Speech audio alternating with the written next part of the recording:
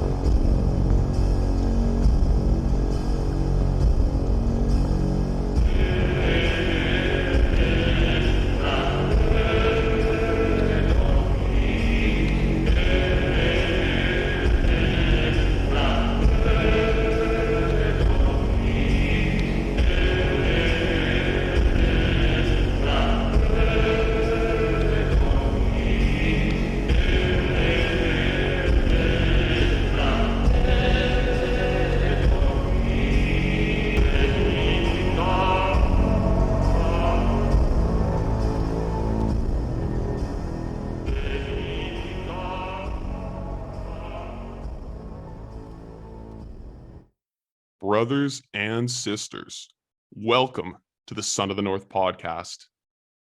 This week, we have another very special episode for you. I know you've all been looking forward to the next guest episode of the Son of the North podcast, and it's finally here. Today with me in the studio, I'm happy to announce that I will be talking with Sunnatru, also known as Bran Solberandi. Bran, how are you doing today, brother? Very good. How are you? Oh, I'm in tip-top shape. It's another beautiful sunny day here in Hyperborea, and I did a bit of sun exposure this morning, get the balls out in the sun, so I'm feeling charged and ready to go for this podcast. Glorious. Positively glorious. Oh yeah, the two of us, we're all about promoting this glorious solar lifestyle. But, some of my viewers might not be as familiar with your content, so why don't you give yourself a bit of an introduction, tell us a little bit about yourself and what your channel stands for. Sure. So I guess I'll start with saying that I'm a defected journalist. I came up through school, and certainly in that realm, my early work was largely articles. I was never really terribly bought into the world. I've always been kind of a thorn in the side at university, but I really couldn't stomach it anymore. And as I've graduated, I've really embraced this. And even over the course, actually, of finishing my university, I began this page and I began really coalescing my earnest beliefs into the blog, the website, the Instagram, and now my interviews and reaching out to others in the community. Yeah, well, I can completely understand where you're coming from there. I mean, my exploration into this world of the influencer started when I was in grad school too. I was very passionate about these things, but the atmosphere that my colleagues around me created, it was very toxic. It was just killer to the Aryan soul. So yeah, these platforms are really a great way for us academics on the fringe to integrate into a niche and a community that really appreciates the work and content that we put out. Absolutely. It's been fun to watch the solar ideal, the solar movement really take off in the past maybe 2 years or so. And I think a lot of it has to do with the pandemic we're just emerging from and all this horrible stuff that's gone down. So many good folk have literally sat and stared at the wall and had to contend with their own spirits for this long.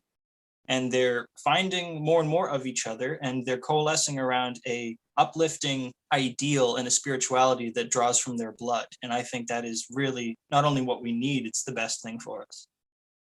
Definitely. Yeah, no, you can really tell that this movement, or however you describe it, has picked up in the past couple of years. And even within the last few months, I've noticed a tremendous growth in the association with the sun and the solar movement. I'm starting to get all these different followers who are associating themselves with the sun. It'll be a soul in their name or solar or hyperborea or whatnot. And I think even in my past interview with the Chad pastoralist, I was describing a couple of influencer figures that were supposedly instrumental behind the emergence of this solar movement. But I really think that's almost you humorizing it too much by overemphasizing the elements that us humans, us mortals, have in this movement. I think it's something greater than that, something that is spiritual, that the gods are inspiring. So I personally am quite proud to be part of this movement. And you too, I've noticed, have been a big part of it. I mean, I feel like our content is very much of the same lens. We're out there trying to promote the solar path and promote positivity, self improvement, and for our people to return to the solar traditions of our ancestors. Definitely. And I like the way you put that. If I were to put it into analogy, the murky waters of modernity are starting to have the sun kind of break through into certain individuals, and they're beginning to understand it and grasp it and put it into words. And I've seen with my own page, it's been growing very quickly because there is such a hunger for it. People jump on it as soon as they hear about this because I think especially the more dissident elements of society are just flooded with, well, to use the internet speak, like black pillars or people that are determined to fight maybe, but they sort of already have the assumption that all is lost. And that's not the divine ideal at all. You're not supposed to take for granted that you're going to lose, but sort of grit your teeth into the abyss anyway. This is a divinely charged undertaking that we're in. And I'm really glad you recognize that. And I'm glad to see that that is dawning elsewhere in the world, you know? Oh yeah, well, soul is piercing the veil of the darkness in the Kali Yuga. It's really starting to be lifted, and I totally agree with you regarding the black pill thing. I feel like so many people out there have just been fed up with the way the world has progressed in the past decade, and particularly within the past year. And it's very easy to get bogged down in kind of this spiritual fog, letting it cloud your head and your vision and letting it distance yourself from your ambitions and your goals.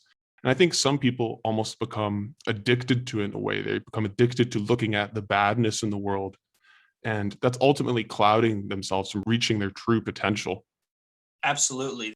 The amount of good content, the amount of good writing, good videos, I mean, who knows? This is something that was said about the Black Plague. How many, Leonardo da Vinci's did we lose in there? There's so much potential that is untapped, untouched, because first of all, people are isolated from each other, but also they live in this miasma of negativity, which unfortunately by its, and this is a sort of unspoken rule that journalists sort of scoff to each other all the time, if it bleeds, it leads. The kind of content that gets shared a lot, especially on social media, even in our own sphere sometimes, even in the people that get it, the kinds of things that go furthest are pointing out how terrible this thing is, or this person turned out to be doing underhanded stuff. I mean, it's true, it's valid, and we should be aware of the world around us, certainly, but giving into it and accepting that this is the way the world has to be is, I think, very, very different from embracing the struggle. Yeah, I really think it's that embracing of the struggle that's going to lift our people out of this mental fog. It's really interesting that you have this insight as a journalist. I mean, I feel like it's been an unwritten rule for the past century, at least, that journalism tends to focus on the sensational, and particularly they want to rile up elements within society. There's pages out there and they do great work, and it's important that there are people who are presenting alternative angles of events in the world around us. But I think too many people get caught up in, oh, this is the X new law passed by Congress that is limiting our freedoms, or this is the X attack from X race on X race. I think if people get too bogged down in the negativity, they're really neglecting their ability to reach their true potential. And ultimately, by neglecting our true potential, you're just going to be stuck in this fog for perceivably the rest of your life. I think it's too easy for people to accept that the world sucks. And I think on a basic level, humans can be fundamentally lazy.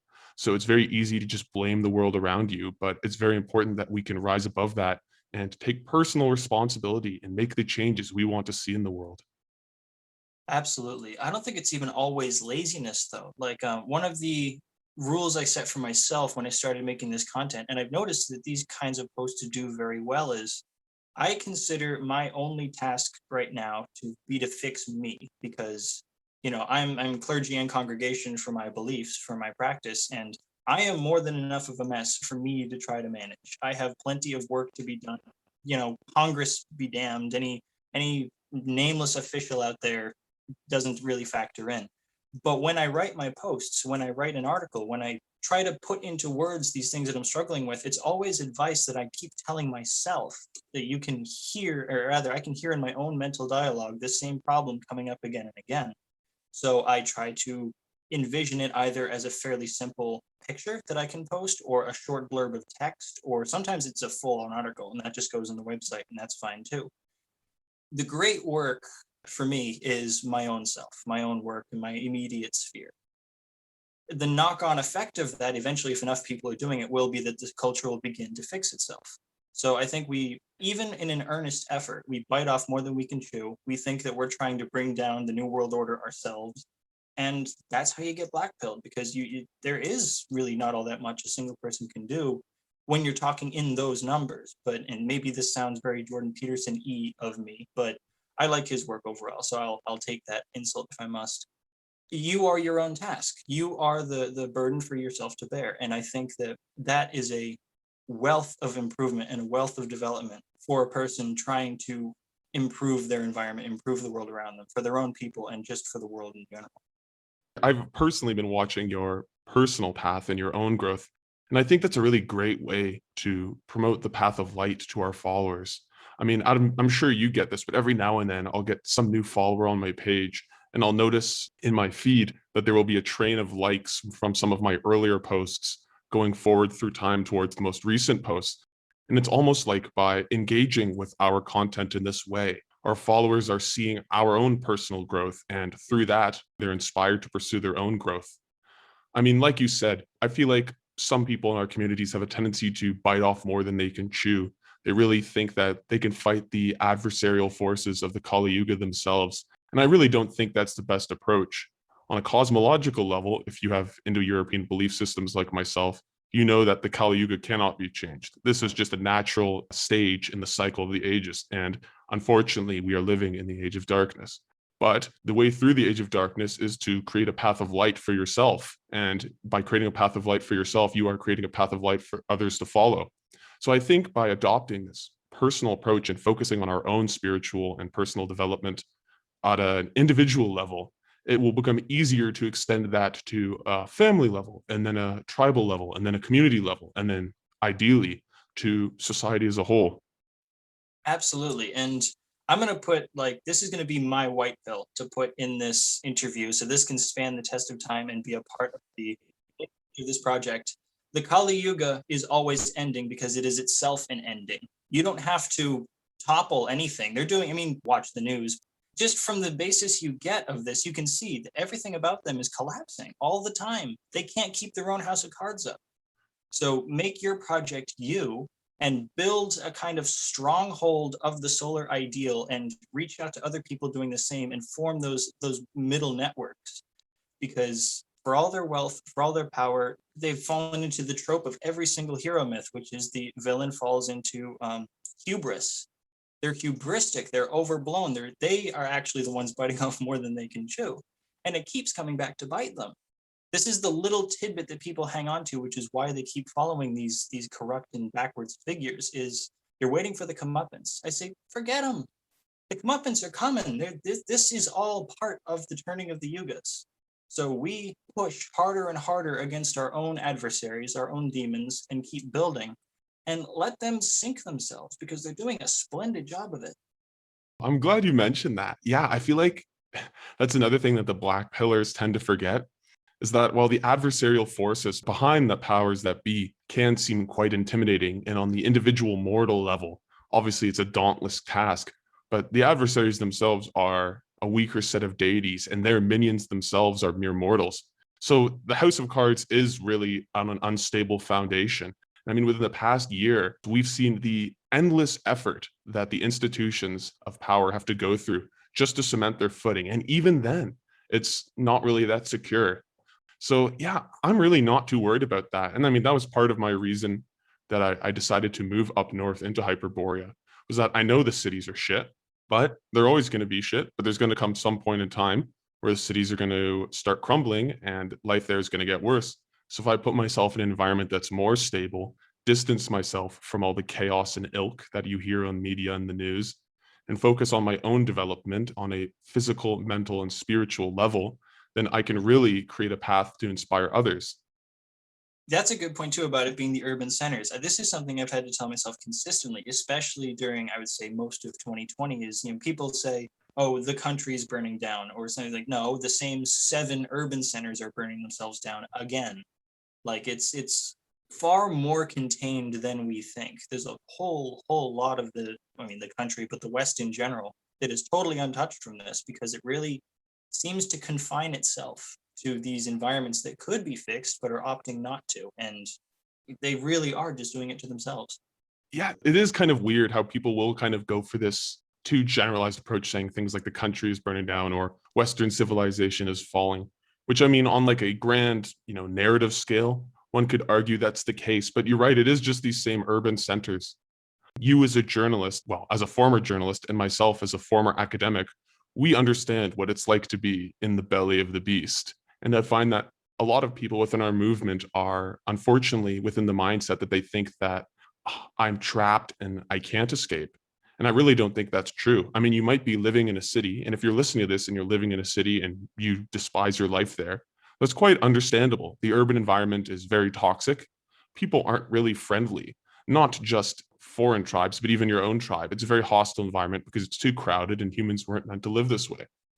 And if you really think that the world or your work environment or the city you're living in is this depressing environment, you need to take the risk and make the changes you want to see in your life. You need to not so much as escape, but set out for new lands or new opportunities and try and find a world where you can be at peace and focus on your own personal development. Definitely. And also I think there's a and this part I think largely maybe not even goes into my having been a journalist. In fact, I think this is what led me to going into journalist is, starry-eyed and optimistic as I was those years ago.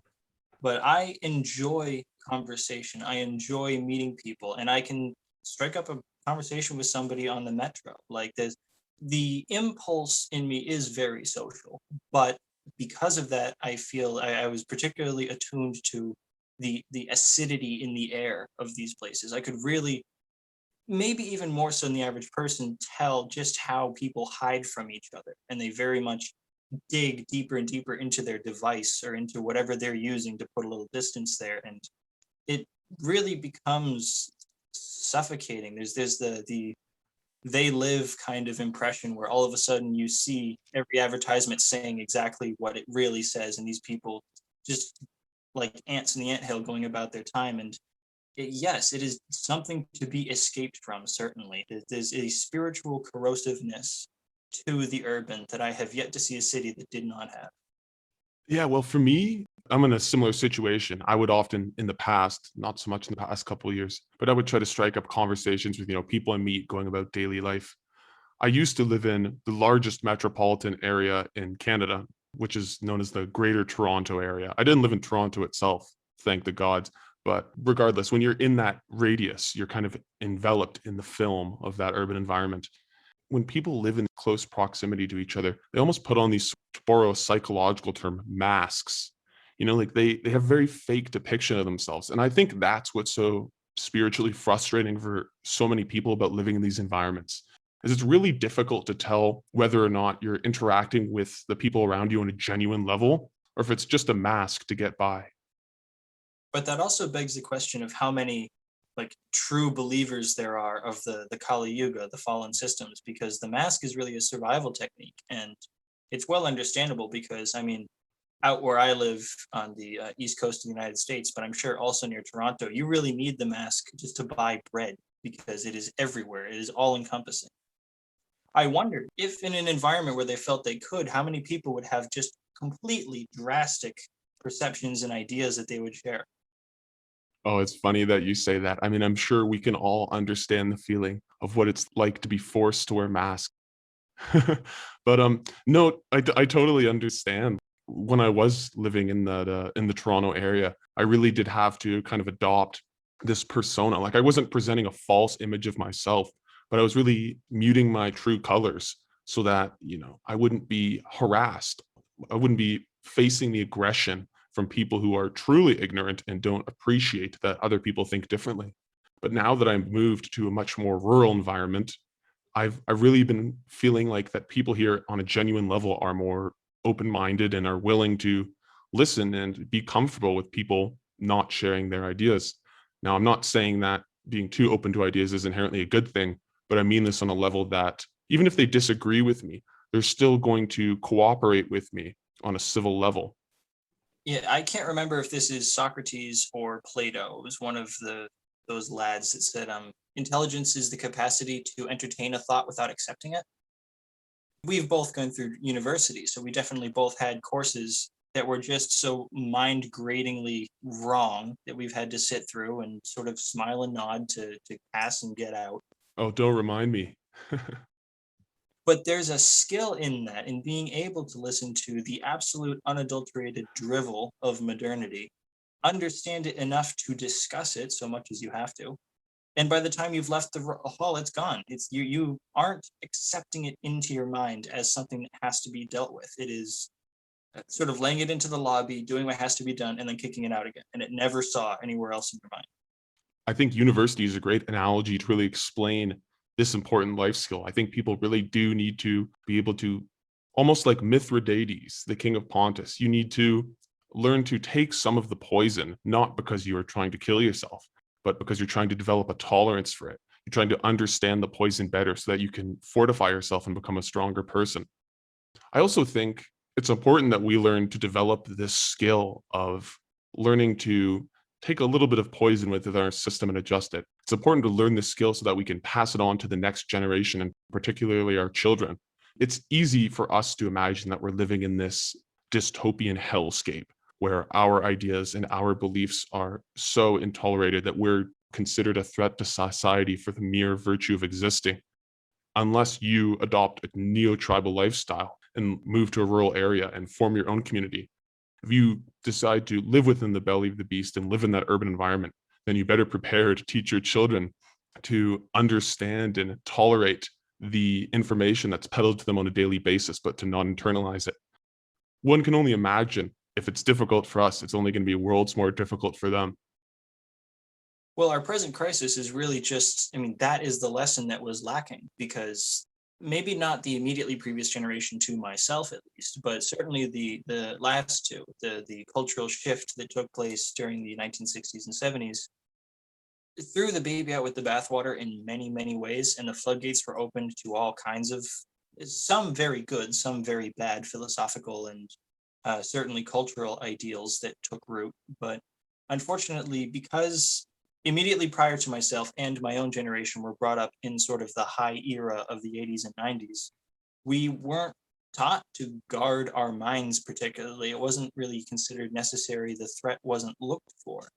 And so as it festered and took root and developed in the universities and other places in the country where it was able to, a whole generation, especially my own, just blindly marched into these institutions and had preached to them this kind of cult. And they had no reason to believe that it was anything other than the truth, because this is every power structure around them, which is telling it to them, and they believed it wholeheartedly. And look at the mess we're in now. So I would really say that that discernment, that ability to listen to something, see it through, think it through, and decide for oneself is the trait really that must be picked back up and handed down and carried on. Well, that's wise advice, my friend.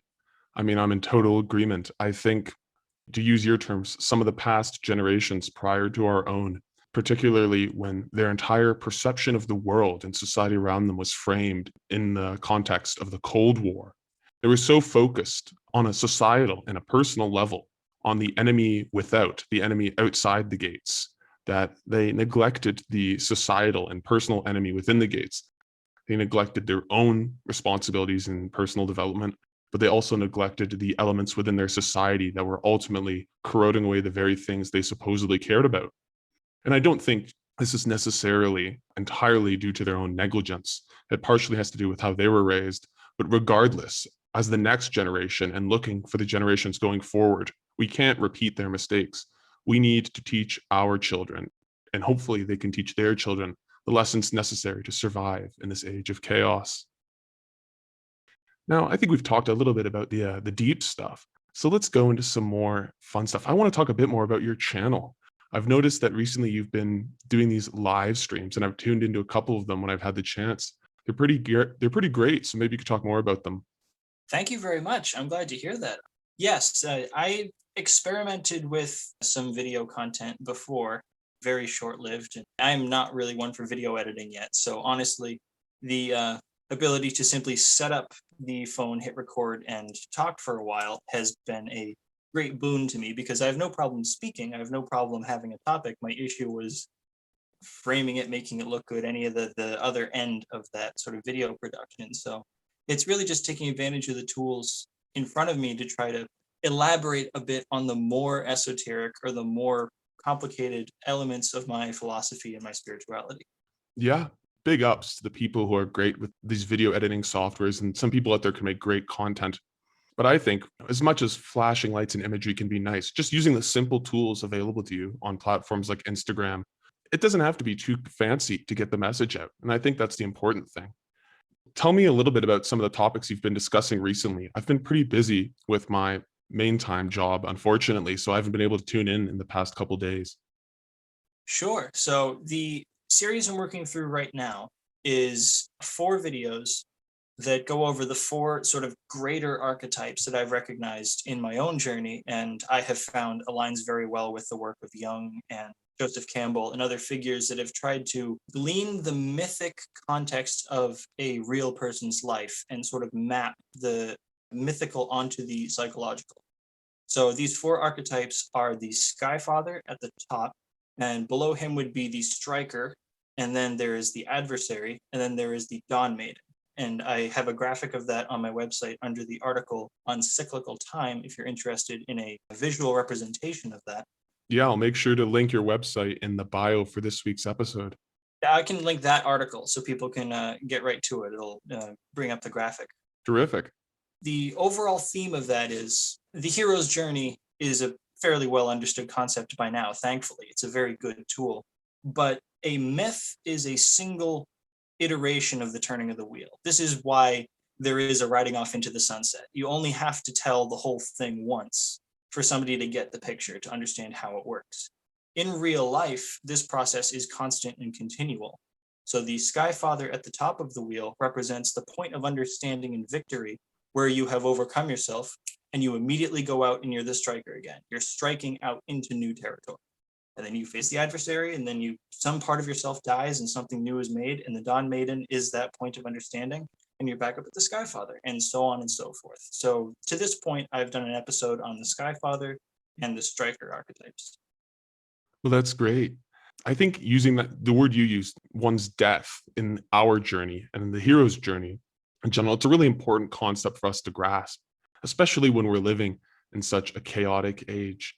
And some people, they'll have momentary bouts where they see their own personal growth and development, and then they fall and they lose hope. And I think it's really important to understand that to grow, we almost have to imagine that we are killing our former self, but in doing so, we are reborn in a different form. And I think that's something that our ancestors clearly tried to alleviate to in our mythologies. And also from what we know of surviving mystery cults among certain Indo-European cultures, we know that was the case, particularly in ancient Greece, where you would see the cult of Orpheus or the cult of Dionysus. And these cults were associated with almost a ritualized death in a secret context and a ritualized journey into the underworld, a ritualized conflict with the adversary, and then a ritualized apotheosis in which the practitioner or the member of the cult rises above and is reborn. Interestingly, from an archaeological angle, we've discovered some of these ancient cultic sites, and it's really cool because they managed to integrate physical movement into the ritual practice. So what these people do is they will descend down the stairs into the cultic building, and it's always very dark. We can't know for sure, but based on the archaeological evidence available, if there was torches in these rooms, there would have been residue from the carbon on the walls. So there's no residue. So these rooms must have been very dark. And then as the ritual progresses, we see another staircase going up, and the people would have ascended into the light. So when we combine the archaeological evidence of these temples that we have and compare them to the surviving myths from these cults, we see that there's this ritual association with one's death and then entering into the underworld and then conflicting one's greatest demons in the underworld and then rising above and being reborn into the light.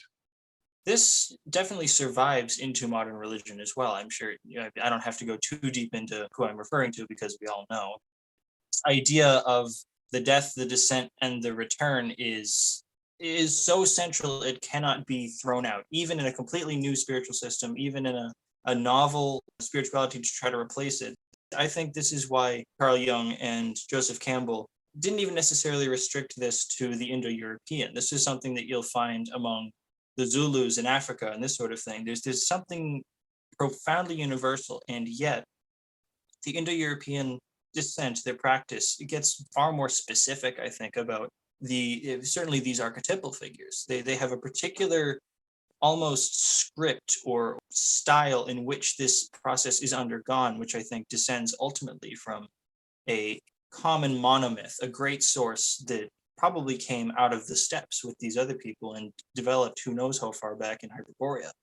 Yes, certainly I agree that looking at the myths, we can look at them on an individual basis and their morals, and then we can look at them in more the academic sense, like somebody like Jung or Campbell or Eliade would look at them and try to analyze the overarching structure. But I think that one of the most important concepts that the academics introduced that you mentioned was the idea of this monomyth. And I think that our ancestors recognized it in almost when they were telling the iterations of these stories, that they wanted to tie in that central mythic structure so that the people who at the time were immersed in this culture and context, it defined their worldview. They would understand naturally that it relates to this ancient mythic structure and a reflection of each individual person's own spiritual journey. And obviously, because of the passages of time, the branching off of the Indo-European tree into different divisions, and then the loss of the oral Indo-European tradition as a result of the spread of Abrahamic faiths and other religions in the Indo-European world, I think that we're disconnected from this ancient storytelling context. But at the best level, we can look at the various myths from our different traditions, recognize these archetypes, recognize their stories and how these play into our own personal stories. And hopefully in time, we will be able to not only mentally put together an understanding of this ancient mythic structure, this monomyth of personal development, but also hopefully the gods themselves will speak to one of us and fill in the blanks. Definitely. And this is a major point in my own writing and my own work, which is I have tremendous respect for the different temples and groups that are trying to the greatest detail possible, revive the original practice of whichever ethnic group they happen to be from. But I have concerns about the idea of almost a cargo cult of sorts, where you have the trappings of say a Norse temple, and it's perfect. Everything is exactly the way it would have been 8,000 years ago or however far, and you have the outfits and you do everything the right proper way, and it's as accurate as you can make it. That can work, but people in that age didn't still worship in caves with advanced art of aurochs and such, and the ritual practice evolved continuously. So maybe we have to some degree, go back in order to reclaim it, because there was never such a complete break from tradition in the ancient times as there is now. But at the same time, a lot of my own writing and my work with developing this archetypal system and trying to explain this process using the names of gods that people would be familiar with, but almost drawing it away from a particular god figure into a general form that can be understood, is a way to try to develop a modern practice in the same tradition to serve the same function, but one that is made of and for this world. You raise a really valid point regarding this kind of cargo cult mindset. I mean, don't get me wrong, given the loss of oral tradition and the few written sources we have, in order for us to re-spark the fire of our ancestral traditions, we must, in some ways, look at the past. But we must be careful not to get too rooted in the idea that our ancestral traditions were only practiced in one way. And I'm not saying that to open up our traditions to the idea that they can be molded to modern societal concepts at large. I know certain groups do this, and I ultimately disagree with this. But we have to realize that our traditions aren't dead, that they're not needing revival in some sense. Our traditions are very much alive. And like our own personal growth, in some way, our traditions grow and distance themselves. Over time, the gods have revealed more and more to our people. They revealed things to our ancestors on the steppes, but at different points in history, they revealed things to our ancestors on the shores of Greece, or in the fields of northern India, or in the fjords of Scandinavia. Even now, our gods speak to us today. I think there is a lot of people that get too rooted in, if we're going to use the example of a Sunnatru, this wasn't in the prose Edda, this wasn't in the poetic Edda, this wasn't in the Havamal, so why are you talking about this? But people have to understand that our traditions aren't just reading books and mimicking rituals that we know were practiced in the past. Our traditions exist within us on not only a personal level, but on a communal level. Definitely. And I want to keep emphasizing that my practice began in the tradition of Asatru, and it definitely has elements that are going to stick with my practice for the rest of my life. I have no doubt of the value and the necessity of starting from the best that we can build. But the death that I think more modern, more popular religions is undergoing right now, especially in the West, is because of precisely the same problem. Unwilling to change, unwilling to serve the needs of the necessary world. You listen to some preachers talk and you'd think it was 1983 because they're addressing problems from 1983. And that's over the span of a few decades. We're going back thousands and thousands of years. A religion of primarily agricultural figures won't make sense to an urban population. First of all, they cannot do many of the rituals. For example, I could get a plow and go to the city park and start plowing a trench to honor Freya, but I'd get in trouble pretty quick. That's not really props to anyone that does, because that would be hysterical. But jokes aside, the development of the system, I think, begins in the tradition that was able to be preserved, but it must and naturally shall evolve to fit the person, the place, and the necessity of the era. And we're in the depths of the Kali Yuga. And this is reflected in the growth of the solar movement. There is a need and emphasis to very particularly look to the solar masculine and the solar feminine elements or ideals that have been left behind. Yeah, no, definitely. You raise a very good point. Like, even not to point the fingers at certain nations, but I see some people, for example, they try to tie in ancient deities associated with law to the laws of current countries. And, because I'm a true believer in Tyr or whatever particular deity associated with law, I must necessarily support the laws passed by my own state. And this is kind of a silly mindset because, one, I mean, most of these ancient law deities are more associated with natural law, but also, the laws back then stemmed from the divine right to rule.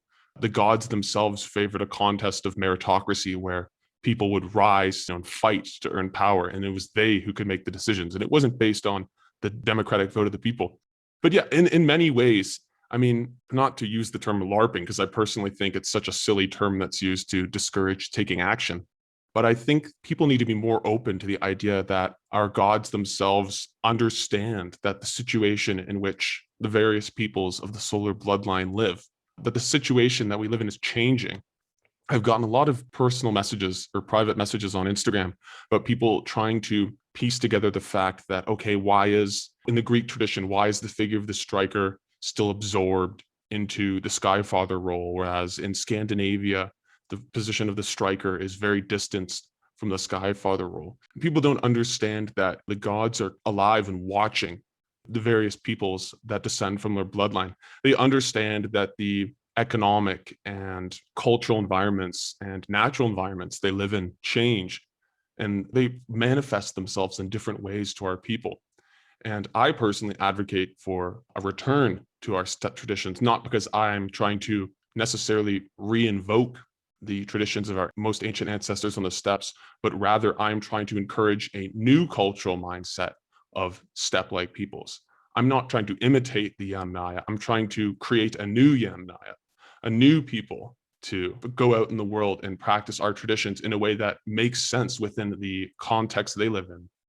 to speak a little bit to the LARPing element, because I've heard that before as well, and even more so, there's a comical point which some very sort of LARPy pagans make to Christians is you go to mass and you're sitting in a recreation of a ritual from 200 years ago, or 400 or 500 years ago, especially a liturgical. They'll sort of, this is the my God carries a hammer type trope that I don't personally merit in, but the point is valid. Yes, every religious ritual is kind of enacting a drama that you're carrying out in the divine space. And I think that there's a danger in modernizing your depictions of the gods and such, because then it sort of becomes demeaning.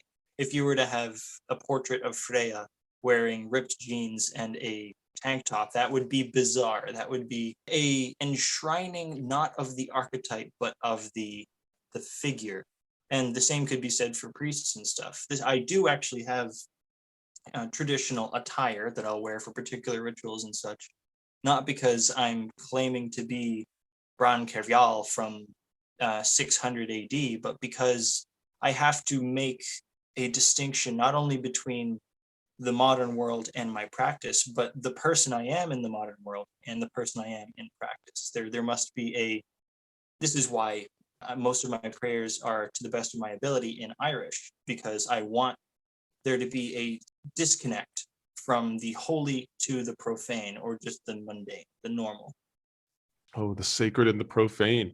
Yeah, that's an important thing people don't understand. And yeah, no, you raised a very good point about, people's attempts to modernize the gods. And I think, it's quite obvious that that's not what we're suggesting or promoting. We're not suggesting that people, we got to make the ancient gods fit the modern world. They have to fit our modern political and social understandings. That's not the case. But I think we need to understand that our gods adapt to the roles that the peoples need them to fill. Their roles obviously have to be connected. The Sky Father is not going to suddenly be associated with the earth or with metals or anything. But we need to understand that. I mean, for example, in a recent dream I had, and it came to me that the comparison between the firearm and the Vajra, like the thunderbolt, is so striking. And it's interesting because people often associate the sun god Sol with the bow in his many iterations. So Surya or Apollo, even Sol Invictus to some extent is associated with the bow. And I think, as much as some people would like to play the blacksmith archetype and associate the hammer with thunder, and that's true, but in some ways you could easily extend the firearm to being associated with the striker himself, because it's a comparable sort of phenomenon, and it's an instantaneous strike with a loud bang. It's a weapon that in the right hands can be used to protect the righteous and the path of Dharma. And I don't think this is inventing an element of religion. I think that the gods themselves understand this and understand that the tools and the way that our people frame our life have changed in the evolution of our time. As an Indo-European practitioner, or rather a practitioner of Indo-European spirituality, I think one of the fundamental elements of our culture is that we should constantly be striving to set out and conquer the day, to achieve great feats and bring our peoples into new horizons. And if we as a culture, if we want to reinvoke the Indo-European sensibilities of adaptation and rising to the new circumstances, we must understand that the gods themselves are flexible and will change to rise to the circumstances as well. To your point about the gun and the Vajra, I'll just say that weapons, full stop, are phallic. They are things that are directed, they are aimed. This imagery of projecting force from yourself outwards is inherently and always phallic. So I would argue you could make technically any weapon into a symbol of the striker, but I'll tell you why I abide by the hammer. I stick with the hammer as a symbol, not only because my roots are in Sunnatru, but because, and you almost hit on it right there talking about the gun, where it protects the righteous. It does, but the hammer, I've written before, is something that can build a house or break a window. It is, in and of itself, simply power. It is not good or bad. It is simply the ability to exert force. And the hammer, wielded by a righteous man, is in the same moment a tool and a weapon. And that, I think, is a deeply esoteric idea, that a sword is a great symbol for a phallus, but it can really only be used to cut or stab. some things like the Vajra is basically just a thunderbolt given form, which in the context of the myth is definitely a weapon, but maybe not so easy to replicate for ritual purposes. The hammer is a very concise, I mean, it even kind of looks phallic. It carries over very, very well. But I think in terms of its multiplicity of purpose and yet consistency of action, it is always directed force, whether it is to drive in a nail or to knock somebody off a horse. It is a wonderful representation of the ability to project one's will. And that's why I'll stick by that as sort of the central striker weapon. Oh, for sure. And I mean, don't get me wrong, in no way was I trying to undermine the hammer as a symbol. I definitely think looking at various myths and surviving texts from Indo-European tradition, it's quite obvious that the hammer extends just past a weapon wielded by the striker. It's very important that we don't want to get too lost in the symbolism, but that we recognize that, like you said, the hammer is not just a hammer. It symbolically represents this creative and destructive potential of the striker. Now, a bit more on the note of symbolism, because both of our images are so tied into the sun and soul and the cult of the sun. I want to talk a bit about solar symbolism, particularly the rising and the setting of the sun and the sun's journey throughout the cosmos. Absolutely. So this is one where, again, I can go almost back to Campbell a little bit and say that this is one where the symbolism is something that I think is grasped intuitively by all peoples, but the Indo-Europeans really wrote their whole myth to represent this rising to the pinnacle and descending into the underworld, in the case of the sun literally going below the horizon and disappearing and darkness follows, and the inevitable rise and return. And they were able to map where the sun would rise over the course of the year and build their megaliths to reflect this. So clearly, this was one of, if not the most important symbols of the natural world that they were able to tie to divinity. For sure, the sun has a paramount role in Indo-European spirituality. In some branches of Indo-European tradition, the sun lost its importance over time. Interestingly enough, one place where the sun deity doesn't hold on to such prevalence is in Scandinavia. And this is so bizarre to me because I believe that the large role that soul plays in the traditions of our ancestors has to deal with their origin in, well, to borrow the term Hyperborea, the origin in the north, because having moved from a relatively southern latitude, the Toronto area is in Canada, yes, and I know Canada's the Great White North, but in terms of global positioning, it's on the same latitude as Rome, so it's really not that north. But now that I live in the far north, the sun is really tied into the seasons, and in particularly in the winter, you barely see the sun at all.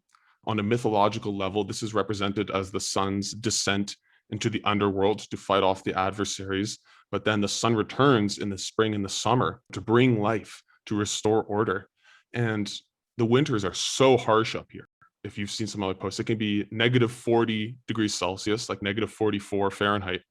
It's brutal. It's a period of death and coldness.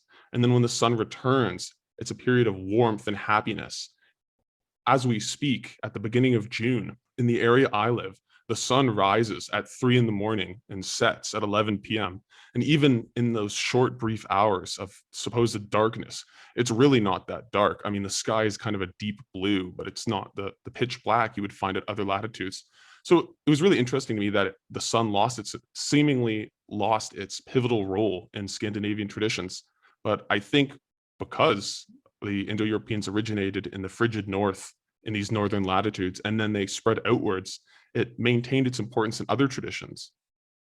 From my own study of the Eddas and my understanding of that lore, I'm not sure that the sun lost its importance so much as I would almost argue that all of the gods or not all, but the great majority of the gods that we've heard of, the major ones, are different iterations of solar energy. This is why I'll sometimes use the term on my site, may the sun bless you and the gods of the sun, because think about invoked for fertility, you had Yngvi, the Yngvi and Freya, who were golden haired, drenched in solar symbology, especially the solar pertaining to agriculture and life in the more natural side of things.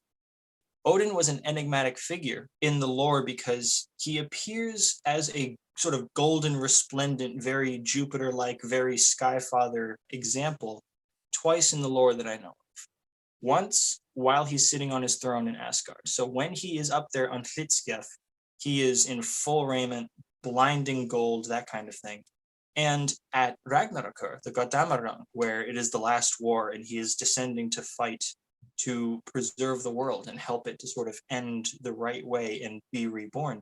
And in these two cases, he is just very clearly Sol Invictus or Kalki or any of these very recognizable warrior solar fathers. And yet the rest of the time, he's cloaked in blue and gray. My reading of that symbolism is that, especially for a place like I'm descended from the Irish primarily, but I definitely have some German and some Scandinavian. These are countries that are given to being rather stormy and cold and gray and dark. I read blue and gray robes, which is very specifically cited very often to be clouds, the cloud cover, and that is his cloak. So he is the sun hiding behind the clouds.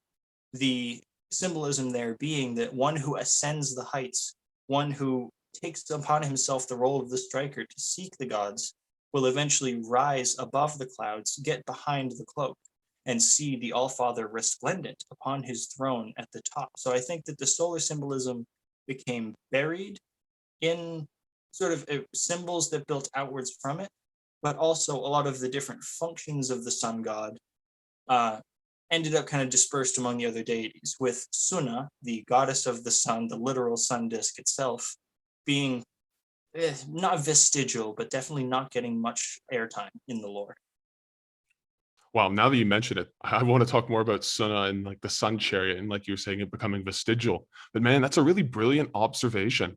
That's something I never even, I guess I hadn't read that text, so I wouldn't know of that description of Odin. But yeah, it's very clear that Odin is manifestation of the Indo-European sky father. Contrary to what some people believe, it's not Tyr.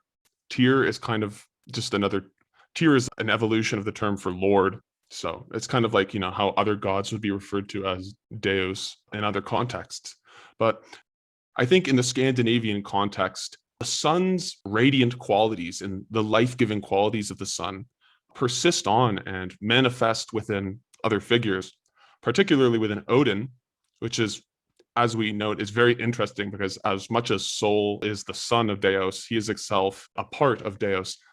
I really fail to understand why the symbolism of the sun being associated with the chariot is lost, because we see it persist in so many other Indo-European traditions. And I know Sunna rides the chariot, but it's interesting how the sun is, the radiant and life-giving qualities of the sun are distanced from the image of the chariot, because perceiving the sun as the chariot is so important to understanding its symbological role in the entering of the underworld and the rising above. I mean, even in other traditions, in ancient Egypt, the sun god Ra was perceived to every night travel into the underworld on a barge and to rise up again in the day. Obviously, a barge is a boat, it's not a chariot. But regardless, it was important that the sun and its radiant qualities be associated with this vehicle to explain its travel. Well, you had it right there, a boat. One significant evolution that took place in the Nordic spirituality, that strain of the Indo-European, was, I'm not sure if this was introduced from an indigenous religion. We know that, like, for example, in the lore, I believe initially the Sky Father figure was actually Yngvi Frey. So Yngvi Frey literally means Lord Freyr, and he is the picture of a Sky Father. He's golden haired. He is associated with the rays of the sun, the warmth, the life. He is the phallic solar figure who is the complement to his twin Freya, who is the feminine solar figure, the Yonic, if you like, solar. And there is in the lore of the Eddas what's called the Aesir-Vanir War, which is when these two tribes of gods fought, which recurs in Indo-European mythology. But what's so interesting in this iteration is that the gods have a full council, full peace accords. It's very drawn out in the lore how they rework the political map of these two tribes so that they'll live in peace. They exchange hostages and so forth. And what that reads to me is we're going beyond the mythic into a kind of half-remembered or an adapted folk history, which is these two pantheons and the people that believed in them came into conflict as well. And from that point on, that whole stretch of the Eddas is a memory of that time when two independent working pantheons ran into each other and through the struggle, a synthesis was created. And I, from what I've read and from what I understand, believe that Yngwie Frey actually continued on as the Skyfather for a long, long time. Our mutual, I don't know, friend, but I know we both watch him, Survive the Jive, talked about how Odin being the central king figure is actually a fairly late development. And that's sort of medieval Viking that we're getting. That is true. It is a late development. Perhaps that's a bit too removed from the original context, and that's simply the natural evolution that took place. But for my own practice, for myself, to sort of bring this up to the modern day, my perceptions of the gray and blue cloak, for example, is a textual reading of the myths themselves to try to tease out how Odin may have had solar elements in the past, or how the solar figure evolved into him from Yngwie Frey being, I think, a much more traditional agricultural Skyfather figure. Yeah, that's really interesting. It never even crossed my mind. It's funny because if you've listened to the first episode of my podcast, viewers, you know that I'm of Norman origin and also Anglo-Saxon origin. So despite being tied into the Germanic traditions, I never really read it much, which is interesting because most people who go into paganism usually go in through the gateway of a Sunnatru and reading the Eddas. But it's interesting that Yngwie Frey takes on this, or rather, as you said, is very much a Skyfather figure, a manifestation of Dios Pater. But now that I think about it, it makes a lot of sense. I mean, we know that among the early Anglo-Saxons, this is another thing Survive the Jive talks about, that Yngwie Frey was like a main deity associated with the origin of their race, with their bloodline, and particularly their divine kinship. And that's really interesting because, well, not only is the origin of the Indo-European peoples as a whole a byproduct of the Hieros Gamos, the mating of the Skyfather and the Earth Mother, but it's also our own origin. Our particular group is tied into the idea that we originate from the sun. And yeah, I never really thought about that, but that makes a lot of sense. And to build on the Hieros Gamos idea, Odin is married to Frigga, and Freya is married to Odur. Now, those are in the Eddas separate figures, kind of. But the funny thing is that Odur acts exactly like Odin. He is a wanderer. The whole myth you get of Odur is that Freya misses him because he's off wandering the world and she goes looking for him. So I know in some iterations of the religion, especially I think in Germany, I could have that backwards, don't quote me, but Frigga and Freya were just understood to be the same figure. And that stands to reason that Odur and Odin would be the same figure as well. So assuming that, if we can take that for granted for the sake of this, then you have, if not another iteration of the same solar feminine being married. And this is almost interesting because they're agricultural, definitely, and they're associated with the land, but they also have many solar characteristics, as Frigga, Freya. And this Hieros Gamos is almost two sky figures coming together. Now, Frigga is not really an earth goddess. She's the goddess of the home and the hall and hospitality. But she is associated with Iord, who is very much a earth mother. And this is a rather muddy area of the lore so far as I understand it.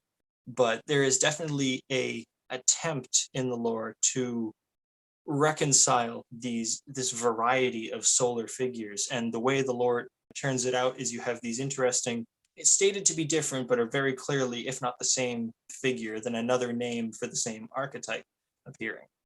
That wouldn't surprise me at all. You mentioned that connection between Odur and Odin and Frigg and Freya, and how it's possible. Obviously, it's too hard to confirm objectively that Frigg and Freya or Odur and Odin are the same figures, but there is many parallels between them. This very much ties into the myth I discussed in last week's episode of the podcast, wherein, like the war between the Aesir, like Odin, and the Vanir, like Freya and Freyr, in the myth we discussed last week on the Son of the North podcast, wherein in the original War of the Cosmos, the Earth Mother, Dego Mater, was at odds with the Skyfather, Deus Pater, and only during the conflict and compromise and resolution of this conflict between the two great deities did they recognize the Hieros Gamos and unite together. It's important that we focus on the union of these energies. Like, as much as the Skyfather is a potent symbol in himself, you can't neglect the wife of the Skyfather, the Earth Mother, or even in some ways, she takes on this radiant association. I mean, we do know for a fact that Hausos, the dawn goddess, is progeny of the Earth Mother and the Sky Father. So certainly in some ways, the Earth Mother must have solar potential within herself.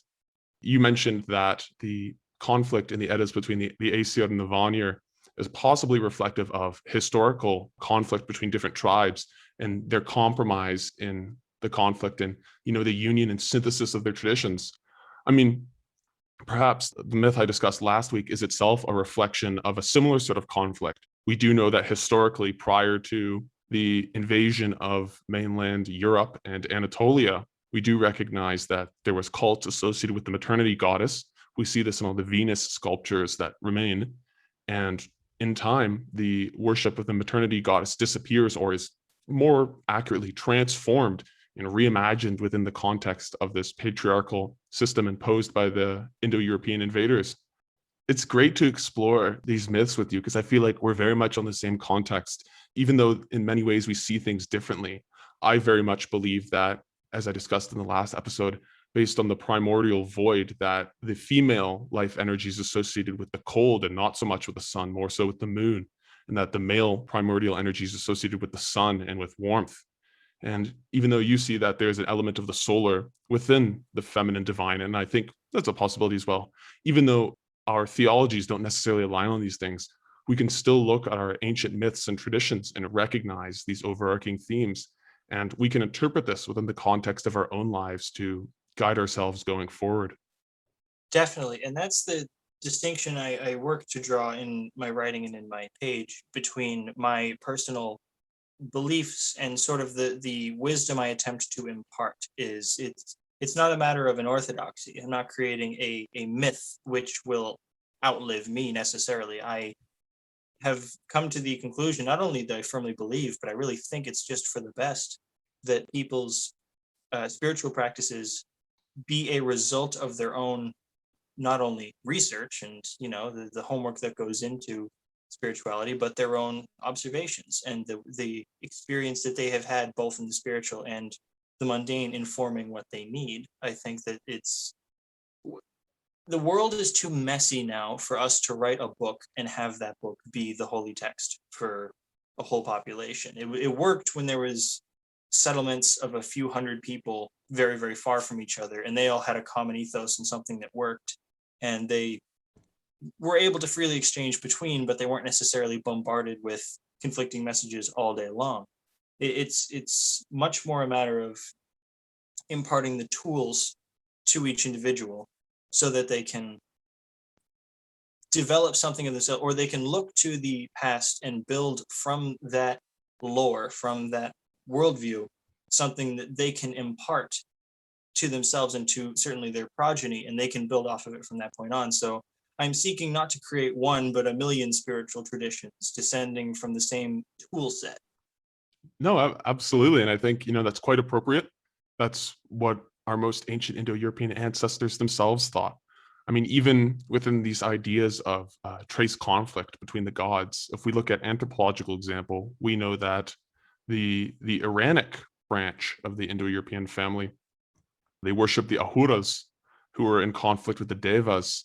And then in the Indian branches, we see that they worship the Devas, who are in conflict with the Asuras. So there's obviously etymological links. And these groups within the historical context were very much closely related to each other, more so than they were to the Indo-European branches that went off to Europe. And even then, there's variation. And I think our ancestors understood that as the seed of Dios, the seed of soul, spreads outward, our traditions are going to be passed on from generation to generation. They are going to be interpreted in different ways by the generations to come.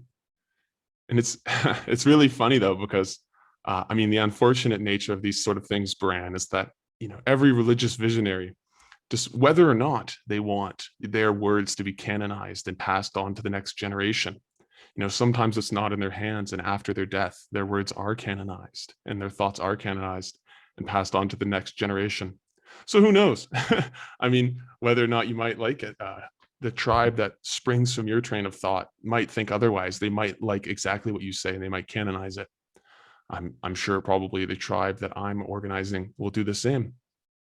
the funny part about that is, should that happen and it falls into the pitfall, which contemporary reality is, then I'll have to reincarnate back down here and be the problem child again to perform the same process, and it all begins anew. So maybe that is the inevitable cycle, but I will, even in my future forms, advocate for a kind of radical spiritual freedom.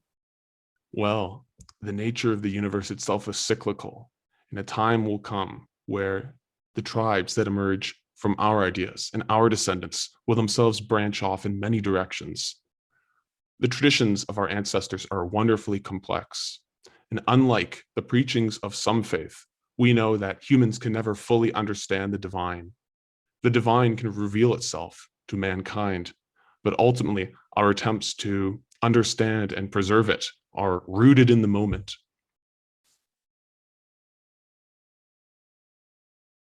Well, Bran, I really want to say I've enjoyed our discussion here today. I think our viewers have really enjoyed it as well.